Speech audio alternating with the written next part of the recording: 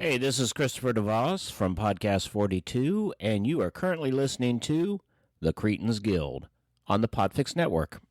Let's fuck up another timeless classic. Why not? A scene to be described for the visual thinker. An On interior. this show? A thinker? Roll with me on this one. Well, I mean, the only thing we can do is roll. I've seen our shape. Can I fucking finish? No. I'm not even a single sentence in. We have a precedent to maintain. I understand this. An interior decked and replenished with Christmas soul. The typical roaring hearth. Serving as a host at tonight's gathering. Stockings hung. the great host for tonight's gathering would be Jay Leno. Jay Leno would be a fantastic host. Oh, for fuck's sake. Absolutely not. This is going to take all night. It always does. Stockings hung up above, singing the telltale song of many little clinking airplane liquor what the fuck? Who wrote this? That was me. Shit. Sorry. A table nearby, emburdened, I don't think that's a word, with 3 carefully stewed piles of screenplay, accompanied by a silent trio of glassware holding a post as home to whom knows what manner of liquid whore. Excuse me? Wow. Behind the table, 3 cozy but unexpected, worn-out easy chairs. In those chairs, us. Sadly. Salutations, we are the Cretins Guild. And though over the years this seasonal tradition of ours has gathered all manner of scorn from family and friend alike, as well as boastful presence on Sunday federal databases. What the fuck? Sundry federal Sundry. days. Sundry. Which And- would and include, Sunday. I guess Sunday is a kind of an office holiday. Especially on Sundays. Yes, Yeah. right. Twice on Sunday. We are back again to regale you with yet another shameless mutilation of a wholesome Yuletide fireside favorite. Now I know why Bob wanted to go into this blind. Shameless Ugh. Mutilation is my... You know what? I'm going to go with Offspring cover band name. Offspring cover band? Okay, no, Yeah. I got one. Okay. Shameless Mutilation is my Without Shame. All right. Okay, hang on a second. All right. We'll get back to you. Classical? We're going to do it. Classical Buzz Cox cover band. I like it. Yeah? All right, good. Proceed, wino!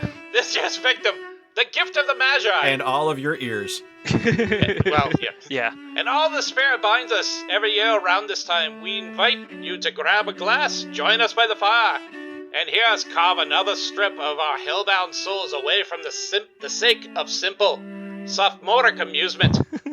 For it is Christmas time, and, well, you already know who you're spending it with.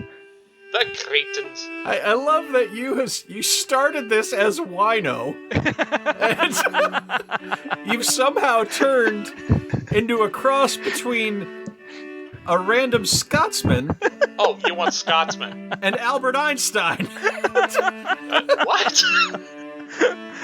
I was thinking about the character like this, all right?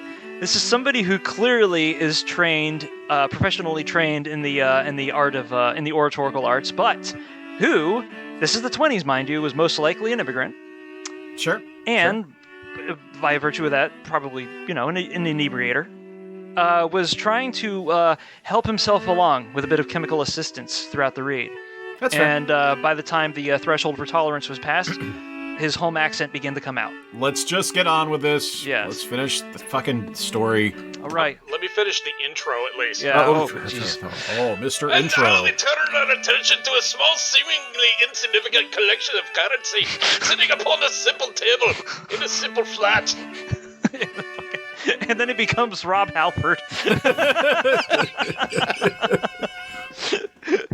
You've got another thing coming.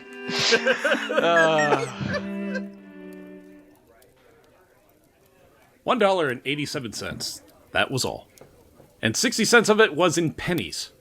Pennies saved 1 and 2 at a time by bulldozing the grocer and the vegetable man.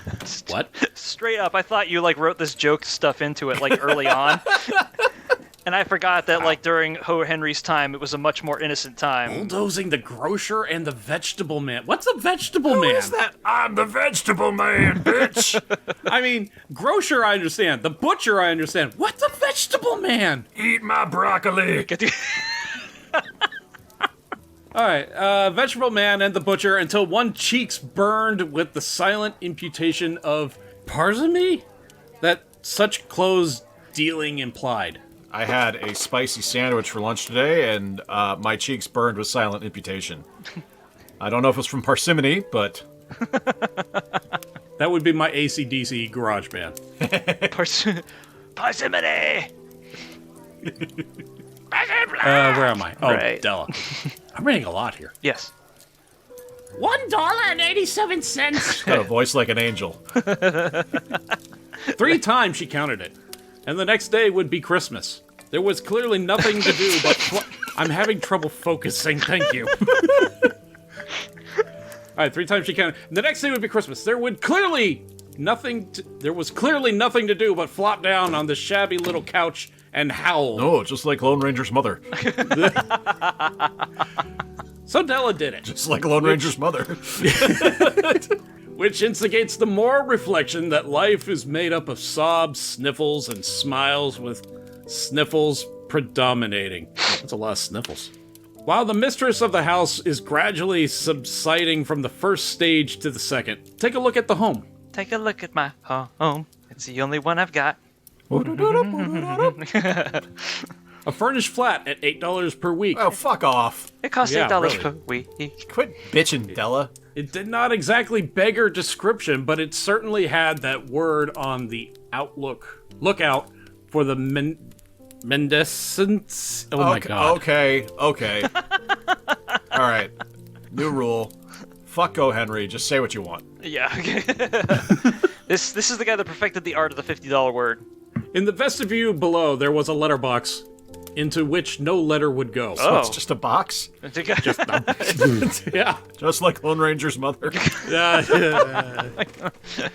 Maybe we should put a curb on that. Oh, or a limit. From what the mailman tells me, you can stuff plenty of letters into that box. Hey. And an electric button from which no mortal finger could coax a ring. Also, appertaining. I gotta give it to Bob here. O. Henry's kind of like, I'm a writer all over this thing, you know? Holy oh my god. Can I get an English dictionary?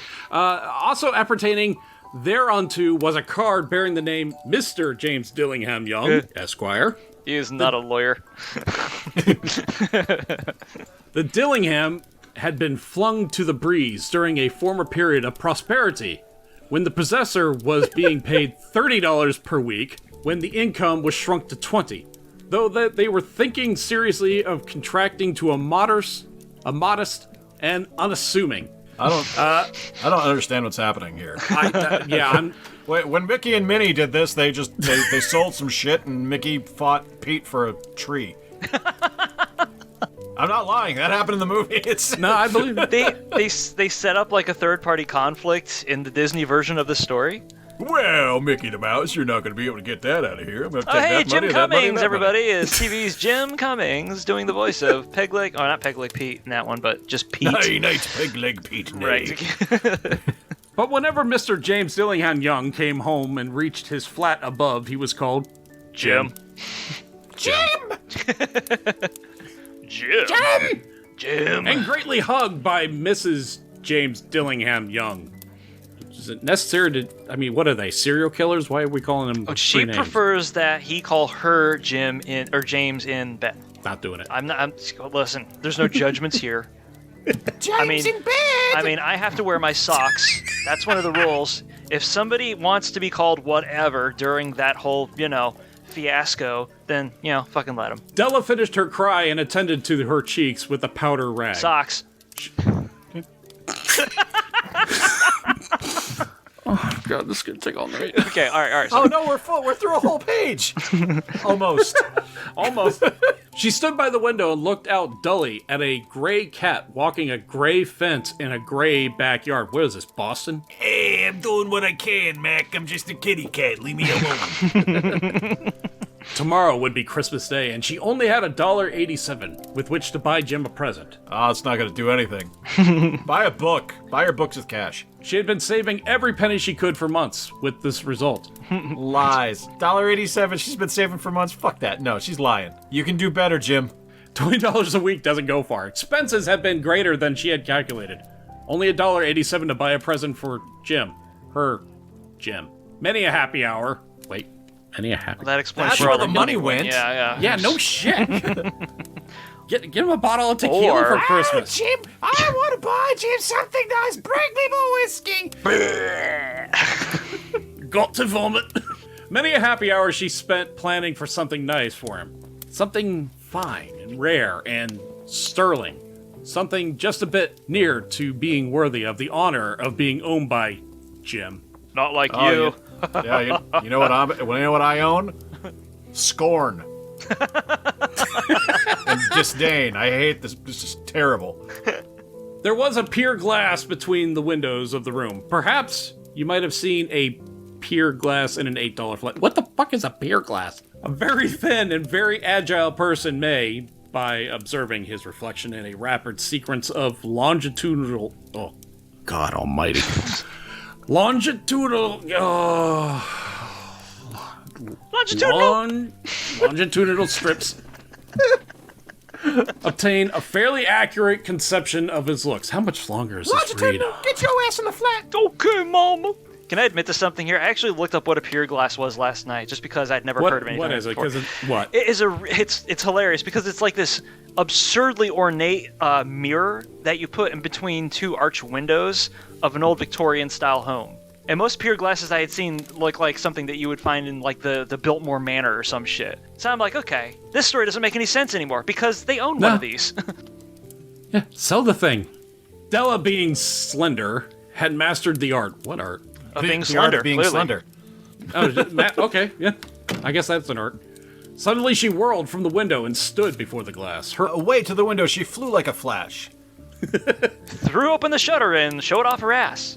Della was popular in New York, they say. being slender, she had no junk in that trunk. Her eyes were shining brilliantly, but her face had lost its color within 20 seconds. They timed it, apparently. Rapidly, she pulled down her hair and let it fall to its full length. Now, there were two possessions of James Dillingham Young's. Wait, Young's? I thought it was Young. Well, there's two of them. There's two of them, yeah. Two Youngs. Yes. The two Utes. Two possessions in which they took a mighty pride. One is a newly gained pile of lice. Why not a game of Risk, for God's sake? Thought someone would bite at that. Okay. One of the possessions was Jim's gold watch that had been his father's and his grandfather's. They smuggled it out of Vietnam. There. In his Okay. ass. It was you. Fuck. I thought Bob was going to be the one. Shit. The other was Della's hair. Had the queen... Alright, where is this story going now? Had the Queen of Sheba lived in the flat across the air shaft, Della would have let her hair hang out the window someday to dry, just to depreciate Her Majesty's jewels and gifts. What the fuck is this story? It's a lot of metaphor. He's kind of... Oh, it's getting crazier, I can tell. Yeah, he's paying a right ton of away. overhead to get a single point across in this one paragraph. The Mickey Mouse version was significantly simpler. Yeah. Her hair was nice. Next. Had King Solomon been the janitor with all the treasures piled up in his basement, Jim would have pulled out his watch every time he passed, just to see him pluck at his beard with envy. He wouldn't have been pulling his watch out. He'd been pulling out his hog. I'd be like, hey, Solomon. Yeah, be envious of this, pal. This is American made.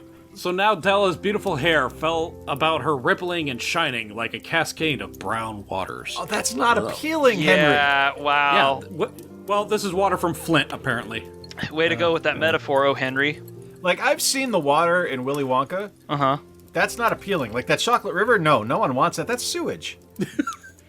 It reached below her knee and made itself almost a garment for her. What's this, bayonetta? Ah, nice. And then she did up again, and nervously and quickly. Once she faltered for a minute and stood while a tear or two splashed on the worn red carpet. On went her old brown jacket. On went her old brown hat. Was this Dr. Seuss? With a whirl of skirts and with the brilliant sparkle still in her eye, she fluttered out the door and down the stairs to the street, where she stopped. The sign read, Madame Sofrini, hair goods of all kinds. That's Sofroni, actually. Thank you. Sofroni. Yeah. It's from the south side. One flight up Delaran, and wait, wasn't she just going down? I don't know where the story's going. One flight up Delaran and collected herself, panting. Madam, large, too white. Wow, thanks, man. Where's too white, chilly, hard-looked, the suffering? And yet, that's what it says on my birth certificate. Ain't that a shit? Will you buy my hair? By hair, take your hat off and, let's have a sight at the looks of it. Down rippled the brown cascade. $20. The shopkeep began lifting the mass with the practiced hand. Give it to me quick. We do hair stuff here. Hey, you're looking for Lone Ranger's mother. She's down the road. All right. I was kind of afraid that, like, without all of the pageantry of the last couple of years of doing the Cretins Christmas, that we would kind of, like, be a little bit behind the eight ball. Because, you know, we had a lot of assistance. And I'm glad to see that we're just as much of a degenerate production as we were with, like, 60 people helping us along. Mm-hmm. Yeah. And I'm still going to have to do just as much editing. I know. That's too fucking bad, Bob. This will be the final Cretins Christmas read. No, what? No. Unless Jim does really retire this year. I'm done. I've told you, I'm done. I'm quitting. It's over. I don't want to do this anymore. This is ridiculous. This is just stupid. Whatever. Just read the ad, Jim. Okay. Hi, this is Mouse. I'm Weens. And we are two sisters with the Mouse and Weens podcast. Nice and clear. Come take a listen. It's fun. We talk about life, love, and pubic hair. Sick. And all sorts of fun family memories. And Stuff. yeah, Come good stuff. We're on all the platforms. And we hope you take a listen. Bye. Bye. Suck it. Hey Mac, can you spare the time?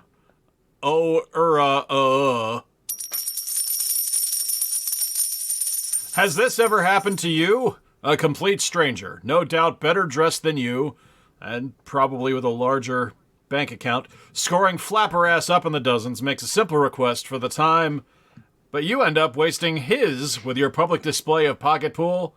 My God, how fucking embarrassing. Maybe if you had spent some of your wife's hair on McSlicker's platinum watch fobs, you wouldn't have brought shame to your family by finger-fucking your wallet and trying to rest your watch, which is as old and decrepit as one would assume, just by looking at you, by the way, from the one pocket you have left that doesn't have any holes. Why did you even leave the house today? Now you've made someone else late, you son of a bitch. Someone who doubtlessly has more important things to do than you. Someone who buys McSlicker's watch fobs. Probably. Bring me pictures of Spider-Man! The next 2 hours tripped by on rosy wings. Forget the hashed metaphor. She was ransacking the stores for Jim's present. She found it at last. Surely it had been made for Jim and no one else. There was no other like it in any of the stores. His name is Jim. Jim, a handsome man, with a jaw like a goddamn anvil, hair like Icarus, and just rippling biceps.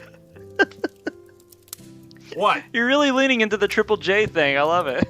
Yeah! There's no other like it in any of the stores. And she had turned all of them inside out like that evil Spider-Man! It was a platinum fob chain, simple and chaste in design, properly proclaiming its values by substance alone and not by meticulous ornamentation. This is not written to AP's style guide, as all good things should be. It was even worthy of the watch. As soon as she saw it, she knew that it must be Spider-Man's. It was like him. Quietness and value, the description applied to both.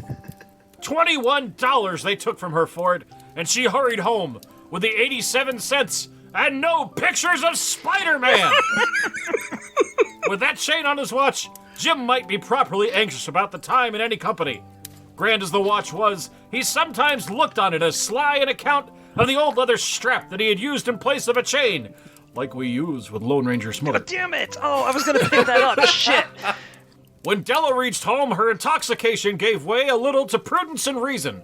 She was a menace, like Spider-Man. Knew she was drinking. She got out her curling irons and lighted the gas. It's lit the gas, you son of a bitch, and went to work repairing the ravages made by generosity added to love, which is always a tremendous task, dear friends, a mammoth task. Within 40 minutes, her head was covered with tiny, close-lying curls that made her look wondrously like a truant schoolboy, like Spider-Man. She looked at her reflection in the mirror long, carefully, and critically. If Jim doesn't kill me before he takes a second look at me, he'll say, I look like a Coney Island chorus girl. What the hell is that? It's a Is that a good Spider-Man! Well, what can I do? Oh, what could I do with $1.87? You could get me pictures of Spider-Man! At 7 o'clock, the coffee was made, and the frying pan was on the back of the stove, hot and ready to cook the chops. Jim was never late. Della doubled the fob chain in her hand and sat on the corner of the table near the door he always entered. Then she heard his step on the stair, away down on the first flight, and she turned white for just a moment. She had a habit of saying little silent prayer about the simplest everyday things, and now she whispered, Please, God, make him think I am still pretty! The door opened and Jim stepped in and closed it. He looked thin and serious, like Spider-Man. Poor fellow, he was only 22 and he had to be burdened with a family. He needed a new overcoat and he was without gloves. I actually feel bad for Jim now. Jim stepped inside the door, as immovable as a setter at the scent of a quail. Shut up. His eyes were fixed upon Della, and there was an expression in them she could not read, and it terrified her. It was not anger, nor surprise, nor disapproval, nor horror, nor any of the other words that I'm going to put into here that she'd been prepared for.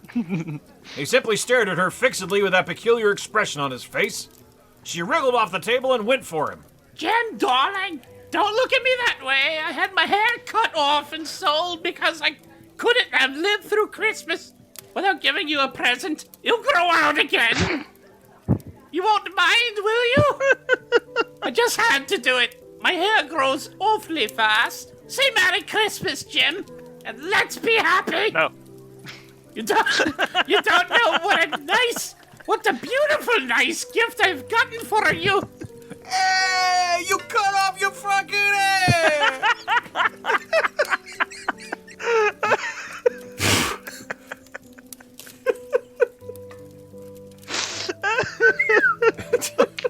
This is going swimmingly.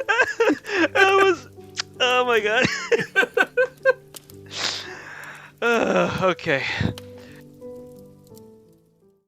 Did you know that the PODFIX Network, home of Headline Heroes, Cretins Guild, Podcast Discovery Show, and more, has its own network podcast? Go wherever fine podcasts are found and look for PODFIX Presents. Network highlights, interviews, roundtables, and more, all showcasing the eclectic depth of PODFIX talent. So subscribe today. PODFIX Presents on your podcast app of choice. And check us out at www.podfixnetwork.com, at PodFix on Twitter, and official_PodFix on the gram. The PodFix Network, artist owned and loved. Heyo, I'm Madam Sophrony of Madam Sophrony's Hair Goods of all kinds. Come by our store for all of your unnervingly niche hair goods needs.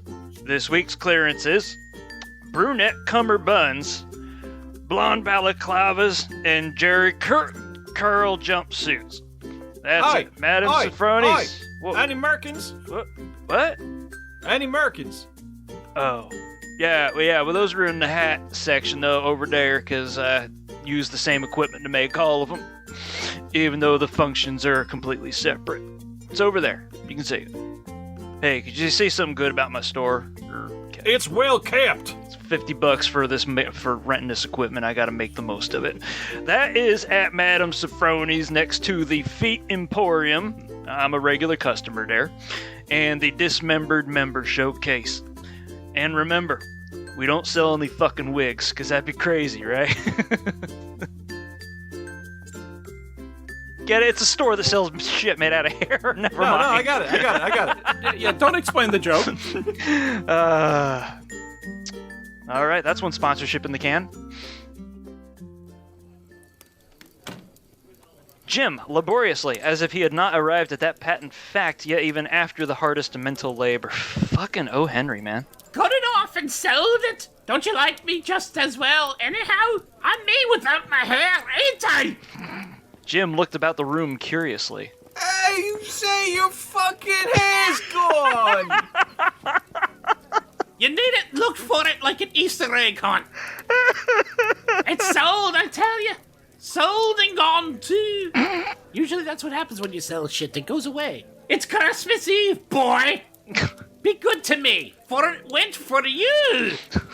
Maybe the hairs of my head were numbered, but nobody could ever count my love for you. Shall I put the chops on, Jim? As Della shamelessly showed off her literature degree, out of his trance, Jim seemed to quickly wake. He unfolded his Della. For 10 seconds, doubt either one of these people can count that high, let us regard with discreet scrutiny some inconsequential object in the other room. Hey, look at the fucking hat rack for a second, you fucking weirdo! I love this new voice. Oh, look, a can of spinach! 6 more seconds! Should I get the can opener? Yo, yeah, go for it! $8 a week or $1 million a year.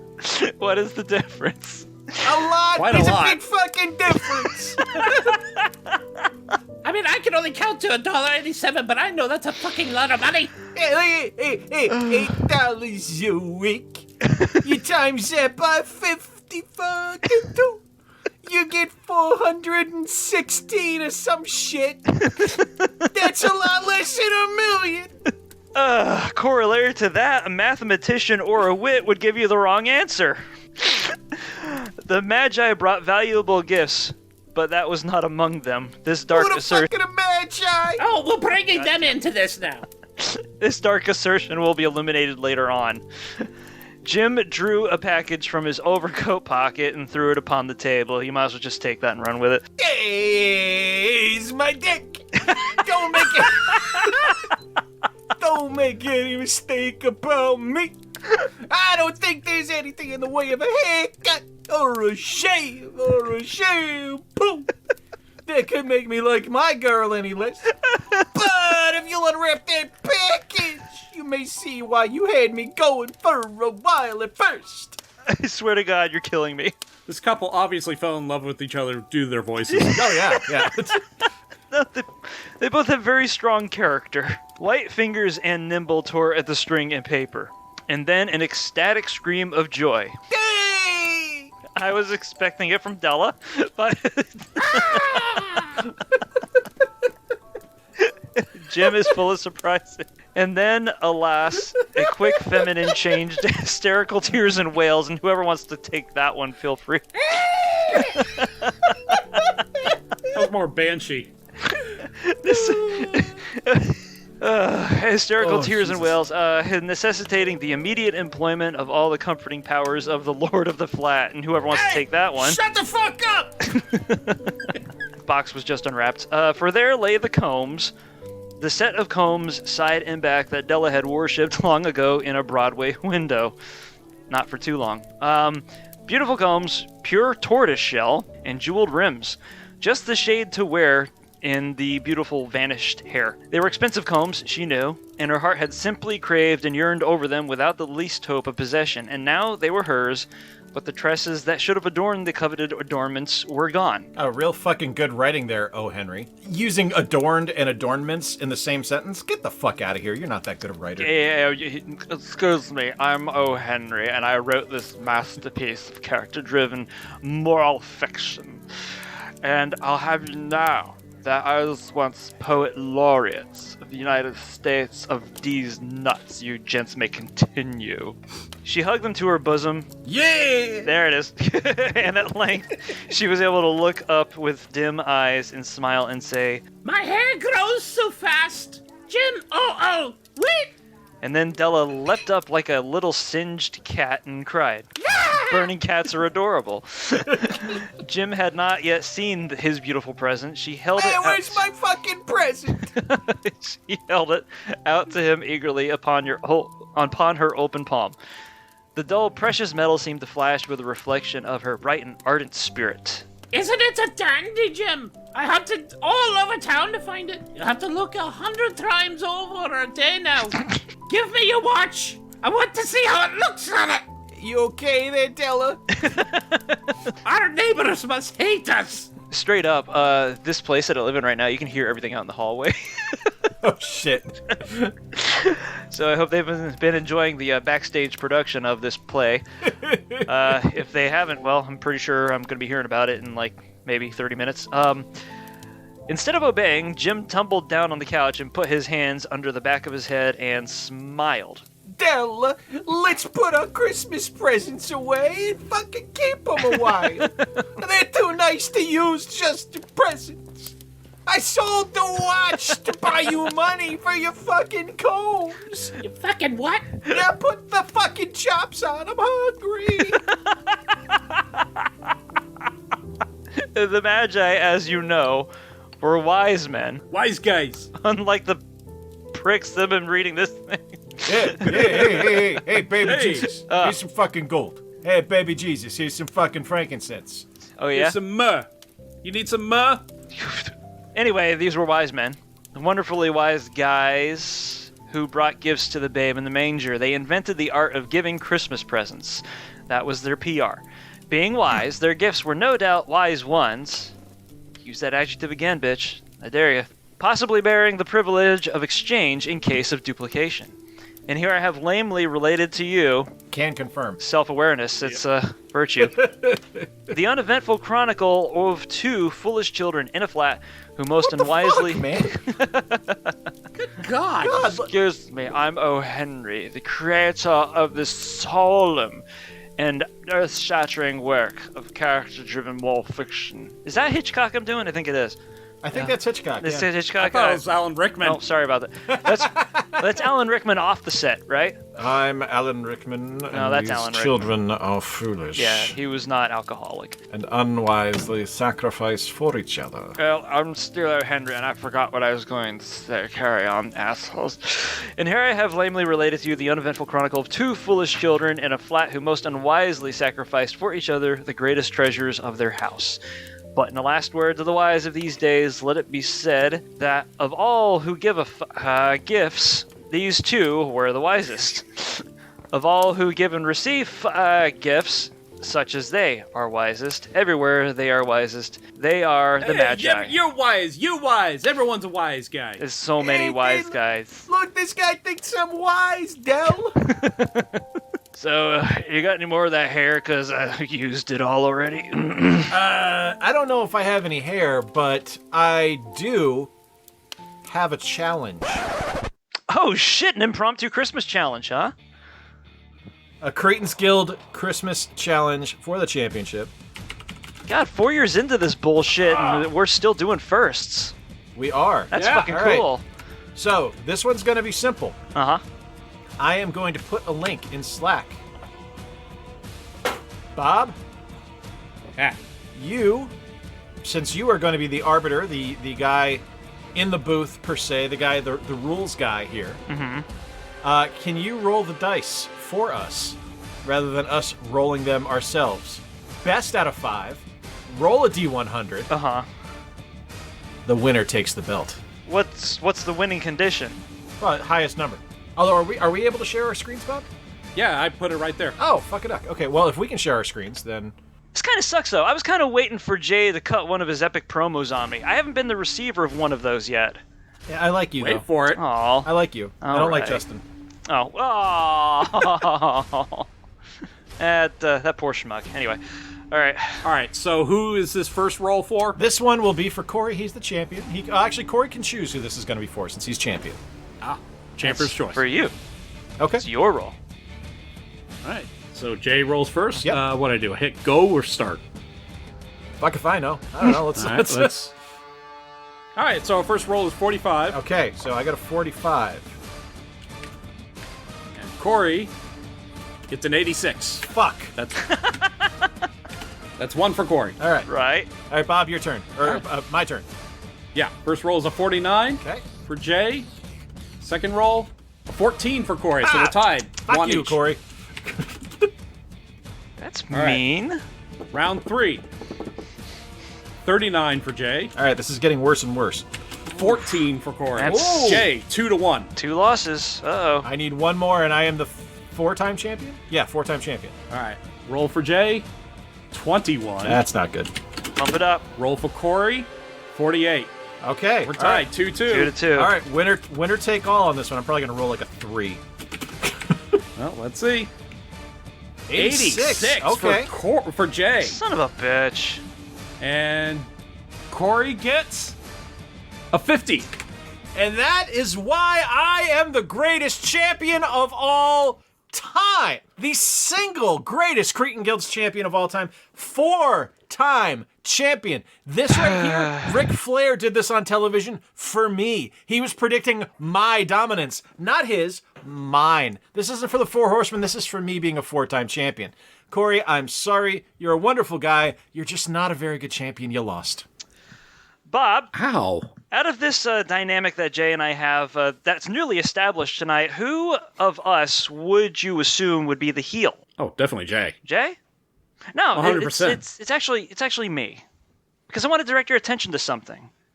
Oh. I didn't accept this fucking challenge. I didn't make it official. Y'all just said, we're going to roll a 100-sided die for the belt.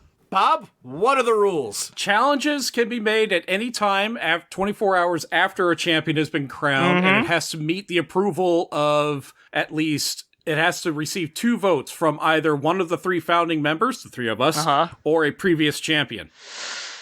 Ooh, the drama. And I count as 2 of those. I'm a previous champion and a founding member. Or I allowed it as well, which gave the 2 votes. Or he allowed it that's as well? true, too. All right.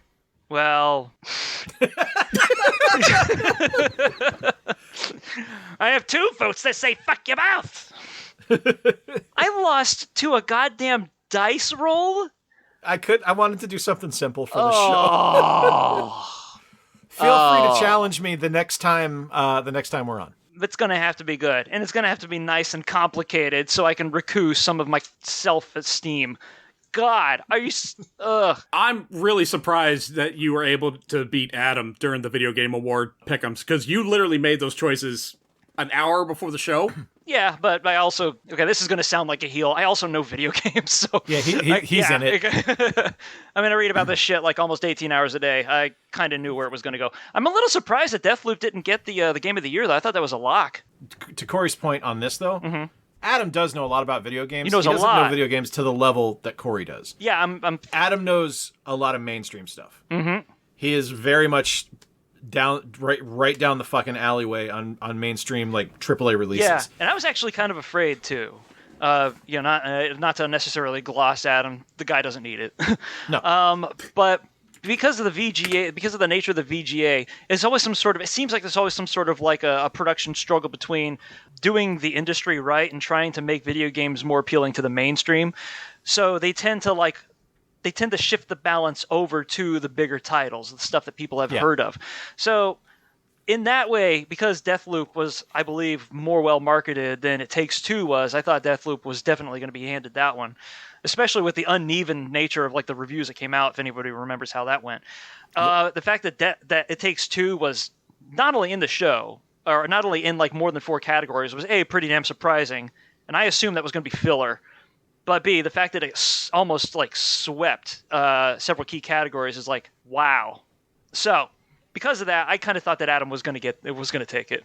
He would have known more about the VGAs than I would have. But because there was so much more indie shit there, I was like, they're doing this for a reason. Well, there was more logical choices I think made because Corey, I don't know if you know, I did picks as well, just in case you weren't able to get your picks in, which is going to lead to a whole other scenario here of us having to be co-champions. Yeah, but, I thought you were gonna like somehow like flip that into the next belt challenge, which I would have. Maybe. I would have been fine with. I have things in my back pocket for future stuff. Don't worry. There is an entire plan in place. Don't worry about that. Yeah. But I think one of the things that we both did is that we looked at it a little more logically. Mm-hmm. Like with best sound design, we both picked Forza. Yes. Because we look at it and we go, well, that's what a car sounds like. Yeah. Like, it's it's a sim. unbelievable audio processing. A sim absolutely must be immersive, and Yeah. sound design's very important to that. Yeah. Shit. So, So- Adam did great. Yeah. Just So not great enough. So your actual picks weren't all Metroid Dread. You actually had legit. No. Those were his jokey haha picks. Yeah, I thought that's where he was going with it. Okay. Because you and I had talked earlier in the day, and you had told me that your coverage was kind of spotty. Mm-hmm. So when I knew that was going on, I sent Bob actually legit pics of hey, just in case, here's this, and then we can turn this into a whole drama thing if we have to. It'll be fun. Yeah. But yeah, so we both would have beaten him. Instead, you turned it into a victory by die roll. Yep. Oh, I hate my life so much right now. 4-time. You nut-shotting, jet-setting, high-styling and profiling nature boy, woo. Look, I'm not going to lie to you. 3 of my 4 victories are the cheapest fucking wins I could have ever possibly gotten, and I'm ecstatic for it. I'm pretty sure one of my wins was for the Cretins Guild Royal Rumble. Mm-hmm. And the only reason I won is because I was the last entrant and everyone was wrecked. Thankfully, somebody actually documents this. Uh-huh. That would be Bob. Yeah, that would be me.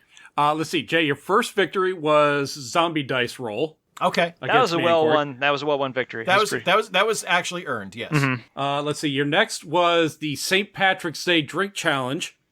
Oh, that one was good too. Yeah, no, I actually made a really good drink. To that, Jay, you won a video game trivia challenge. Oh, with you and Justin. That's right. Didn't Justin challenge me? We were talking video games. It was you and Adam, and then I decided, hey, let's make an open challenge. Since he was the defending champion, so give him a chance to defend the title, which was not that good for him. He did horribly. Those are some pretty damn good questions too, because I was kind of following along on them. I was I don't know some of these. I don't know a lot of them. That's okay. If you had done a Disney trivia, Justin would have waxed me. So we each have. Probably. All right. Well, I got to live this down now. I'm one of Jay's escalating pile of, I don't want to say victims. Bodies. Bodies. Yeah, you're just a pile of bodies. All right. Well, congratulations. Win again, I think is what you're trying to say. I win again. Yeah. I will be challenging you, too fucking sweet. Oh, that's fine. I just got to come up with something that's appropriately complicated, so I can feel good about taking it back. Because it's not going to be, let's do tic-tac-toe for the belt. You'll win. I'm terrible at tic-tac-toe. You can ask Meredith. She beat me 30 times when we were in San Francisco. That's the thing. I'm kind of shit at it, too. So it would be an even match. Well, how about that? It would be an even match. I don't know. I'm thinking I had a good time last cast using the board game streaming service. I forgot what it was called already. Great. Board Game Arena? Yeah, Board Game Arena too. So it might involve that. It might be something That'd little be bit, fun. I don't know, splendid than tonight's challenge. Oh, I wonder where that's going. Maybe not. Or maybe it could be a ticket to misery and other board game references that I tell you I'm too what, lazy to come up with I tell right you what, now. I'm going to do this. Wow. Do this. Next podcast. Mm-hmm. Open challenge to both of you. To both of us. Yep. I'll put the belt on the line. A Cretins Guild Rumble. We are going to play. I will let you guys decide what we're going to play. I'm just putting the belt up. When's the last time Bob won one? 2017. 2017? Yes. That's 3 apartments ago. Yeah. And what was your win, Bob? Oh, I had defeated Corey in 20 rounds of Mario Party 2. That was a pretty bad fucking beating. I remember that. I would forfeit Mario Party. You're playing Mario Party. You can have the title. I am not subjecting myself to that. This belt means everything to me. We found Corey's Achilles heel here. We need to play games that involve dice against him. I don't know. I think I did pretty well in Zombie Dice. Because there's at least some, manipulation of chance going on in that, right? You lost. You did. Well, then fuck dice, I guess. I don't know. And if we go by what we played last week, you lost Yahtzee, too. Oh, God, that's true. No wonder I lost $800 at the craps table. You didn't hear that from me. Pretty sure I did. All right. Well, you know what else you heard? Bob hasn't had the belt since 2017. Let's pick on him for a little bit. Actually, no, let's not pick on you. That's kind of nasty. So we need to come up with a challenge. That's 3 ways. No Lone Ranger's mother here. She's worn out. She's tired. Yeah, she had a bit of a rough night, like most nights. But this one in particular was kind of hard on her. Yeah, like most things are hard on her. It's Christmas. It's cold outside. All right, sure. That was our Christmas episode and our final podcast for 2021. Thank God this year is finally over. Yep, it is indeed. Thank you all for listening. As always, we are the Cretins Guild. We appreciate you spending a little bit of time with us tonight. Please be sure to follow us on socials. You can find us at Cretins Guild pretty much everywhere, all over the web. Bob is a Christmas present. I'm not going to say it this week. Please be sure to follow Bob on YouTube. He is Skipper Bob's Breakdowns. He is an Orlando lifestyle vlogger and does awesome coverage of Orlando and the area theme parks and attractions around the area. I am I couldn't remember my channel name. Oh shit. My channel is Square Pegs on YouTube. I do all kinds of video game coverage. And Corey, you can find on Instagram at A Loser Got Lost, where he does all kinds of amazing architecture photography from about his various travels through the country. Photographicality. Yes. It's been a long hour, guys. It's been a long hour. Every time you ring into Bob's mention of Bob's channel, I keep thinking that you're going to say he is an Orlando legend. And honestly, that should be what his channel bio is. I'm down for that. Yeah? I mean, who's going to argue it? All right, get a publicist, Bob. Start cracking it. So until next time, guys, thank you again for listening to Thank you again for listening to this year's Cretins Guild Christmas, featuring just the Cretins with the gift of the Magi. Oh, Henry can go fuck himself. Until next year, where we do something else. Hey, if you listen to the episode, comment on what we should do next year for our Christmas special. Yeah. And as always, welcome to the Guild.